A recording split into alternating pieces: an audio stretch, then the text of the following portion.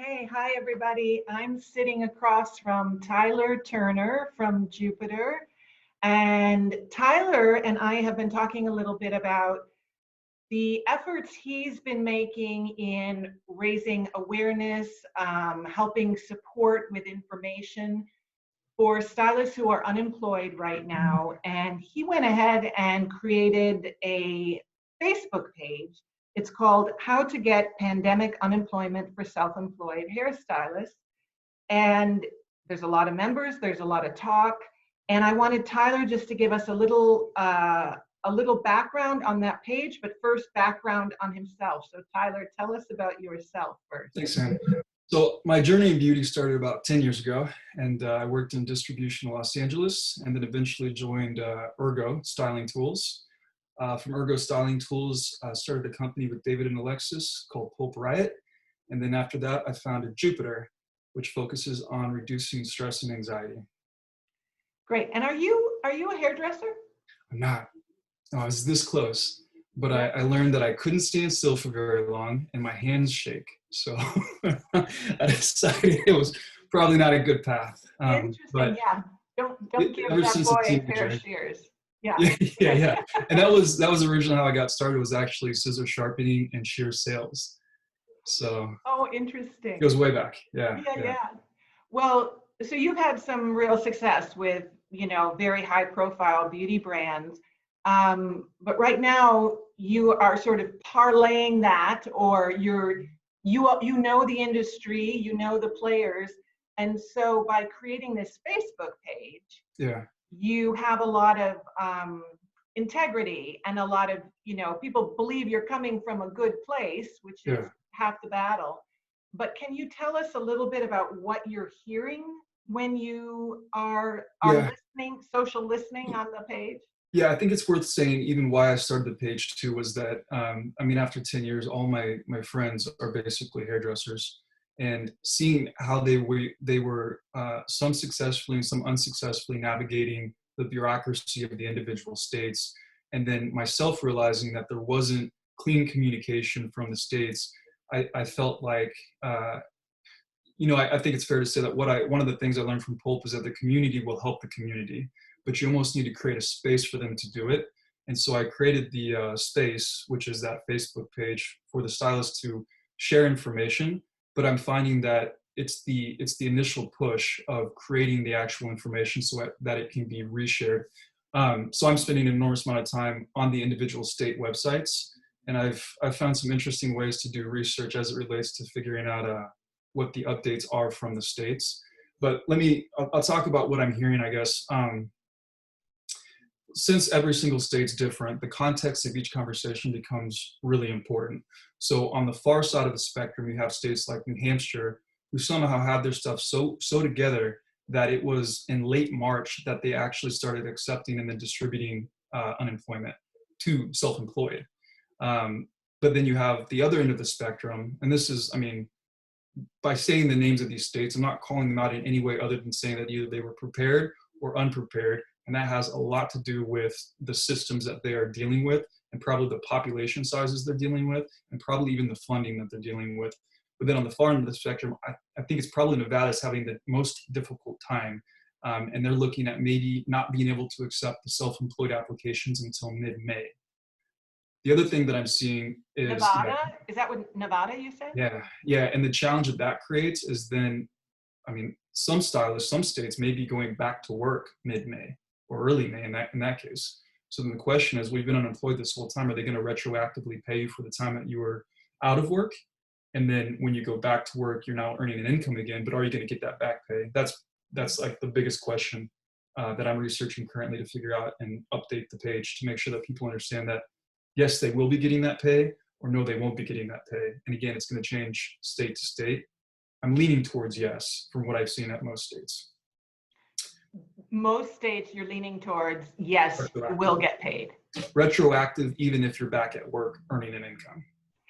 And on your site, it's so clearly defined. It's state, click, and you said you're finding some interesting ways to stay on top of those updates. What are they? So one of the interesting ones is Twitter, because the state, it's, you know, working inside of companies, you start to realize that companies have layers and layers and layers. Well, state organizations are the same way, layer and layer and layer. So the person who is the public communicator is not always the same person updating the website.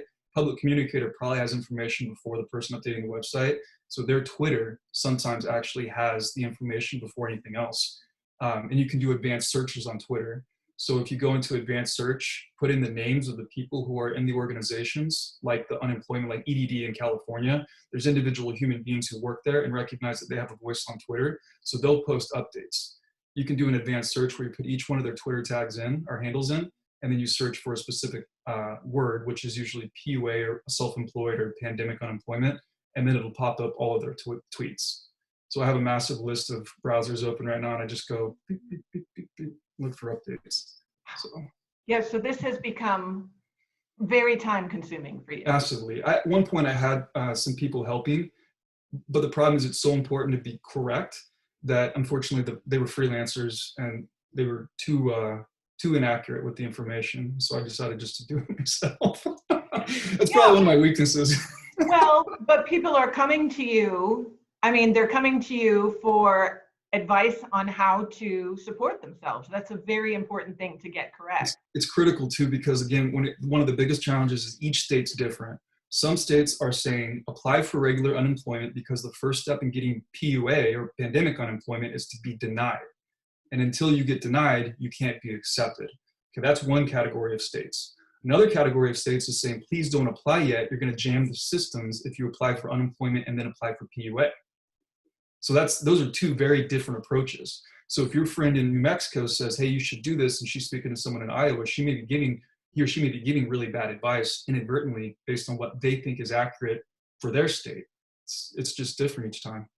So you have to be denied before you can be approved, submit to be accepted. Yeah, and that's in some cases. Yeah. What a tangle. I know, and you know, it's funny, the deeper, and I didn't know much about this stuff before I got started, but when you spend all day, you become quite proficient quite quickly. But it's all makes perfect sense too, like the way that it's operating. I'll give you a great example because this is happening to a lot of people in California. They've been self-employed. They've been self-employed for 18 months or longer. So what unemployment looks at is the last 18 months of your employment. If you've been unemployed for those 18 months, you have not been paying into unemployment tax. That tax on a state level is what funds unemployment benefits. Okay, so then fast forward, and now you go to apply for unemployment because of the pandemic, and it says, who's your employer? And people are saying one of two things. I'm my employer, or this salon that I rent a chair from is my employer. In both of those instances, neither one of the two people, you or the independent salon, has been paying into this unemployment tax. Therefore, the response in both cases will be $0 benefit. And then you'll be like, what is this? I'm not going to get any money. And then obviously, unless you know that that is how the system is set up, it's operating properly, technically supposed to give that result. But on April 28th, the state of California is going to release PUA application, and then you can then apply for the pandemic unemployment starting on the 28th. That's just California. Right, one state. Are people also coming to you with questions about the stimulus checks? And yeah, the biggest one with that, because most people, that one's almost out of sight, out of mind. The biggest one is people don't understand that, I hate to say free money, but that's the best way to describe that one from what I've seen, because there was a lot of misinformation being spread around that is basically a forwarding of your tax return in the future. That was some piece of information a lot of people believe was true, but it's not accurate. This money will not, the $1,200 will not be taxed. However, unemployment, PUA, the $600 weekly bonus, all of that is taxable, but the $1,200, maximum $1,200 is not taxable. Remind everybody what PUA stands for. Pandemic Unemployment Assistance. And that is basically unemployment, right, but for the self-employed. Right. Are you seeing any movement in the industry, because there are so many self-employed artists, not just stylists, but nail technicians, facialists, tattoo artists. when people come to your page, are most of them coming because they're self-employed? Are you also hearing from people who were in commission salons that have had trouble? Yeah, and this is where we get into some interesting nuances of the beauty industry, is the miscategorization of an employee. You know, looking at someone who is an employee and calling them an independent contractor. I know in California that's a big issue, and it's a big point of conversation. There's been laws passed, and this, unfortunately, more unfortunately, is putting a spotlight on how people are being designated. But as it relates to your question, yeah, lots of people, everything from nail techs to, I think, personal fitness people have wandered in, as well as commission and independent. But each situation contextually is different, especially if it's commission versus independent. Another interesting one, that 18 months, well, it's 18 months in California. In some states, it's 15 months, but it's usually 18 months. If in those 18 months, you have been employed, and even though you're self-employed now, when you file for unemployment, it's going to see the previous employment, and it's going to use that as the initial amount of your benefit. Does that make sense? It will see the previous employment Yeah. pre 18 months ago. Yeah. And then it'll actually determine a benefit based on that. A Okay. follow-up question to that I don't know the answer to is then if you've been, maybe it was 1 month. So say you were employed for 1 month, and that was 17 months ago. Are they going to use that to determine your weekly benefit? Or will they look at, actually, the answer to that is that they have to look at full quarters. And again, changes again state by state, but what they look at typically is your last 4 completed quarters, and then they have a calculation based on that. So I guess I can answer my own question there just with logic, which is they'll look at the last 4 quarters, and if your self-employment is this amount and your unemployment is this amount, they'll default to your self-employment. But in some states, they won't see that. I guess as I talk this out, you can see how messy it's getting and how much, I mean, people are asking questions even today where I'm like, I don't know the answer to that. And then I have to go down the rabbit hole of figuring out what the answer is. And then providing sources, which I think is really important today of ever. It's as important to cite the sources when you're making claims as it relates to people's income. I mean, it's so important to get it right. You can't just say, I heard this from somebody. It's got to be right, and it's got to be referenced as a source. Absolutely. And I think that is, to your credit, is what you're doing on your page, is that you are either citing the source, or I noticed like when you did tweet out to somebody, you even copied the tweet so somebody could see, here's exactly what I sent, here's how I phrased it, because there was so much misinformation born out of fear, naturally, in the beginning days. But as you said, somebody from California is advising somebody from Idaho, and their situation is so different. I think there was even confusion about, federal versus state. I mean, yeah. Where do you go? So it could be helpful to actually say, because sometimes I think people become more understanding when they understand the why behind things. So the unemployment was never intended for self-employed people. And this gets into, if you haven't been paying unemployment tax because you're self-employed, then you don't get benefits. That much we've talked about. But then the important question is, well, what the heck is taking so long?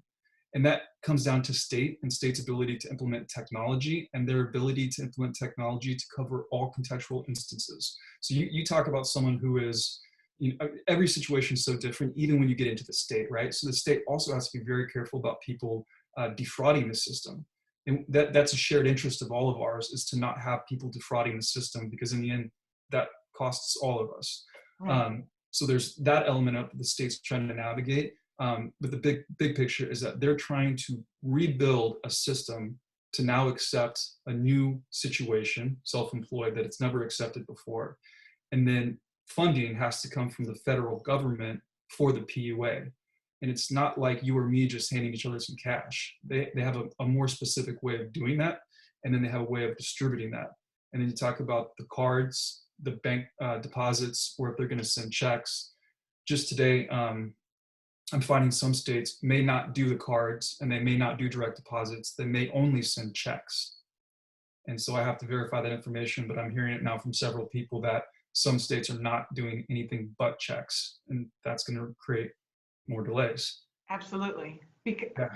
Yeah, well, I was going to ask you another question, but I thought this requires a follow-up. I mean, because you have, as you said, gone down this rabbit hole that you probably never anticipated, but you've now maybe kind of found a little bit of a mission here Yeah, that 100%. really does line up with who you are anyway. But Yeah, I'm going to let you go, but I want to talk to you again in the future. So happy to. thank you. Anytime.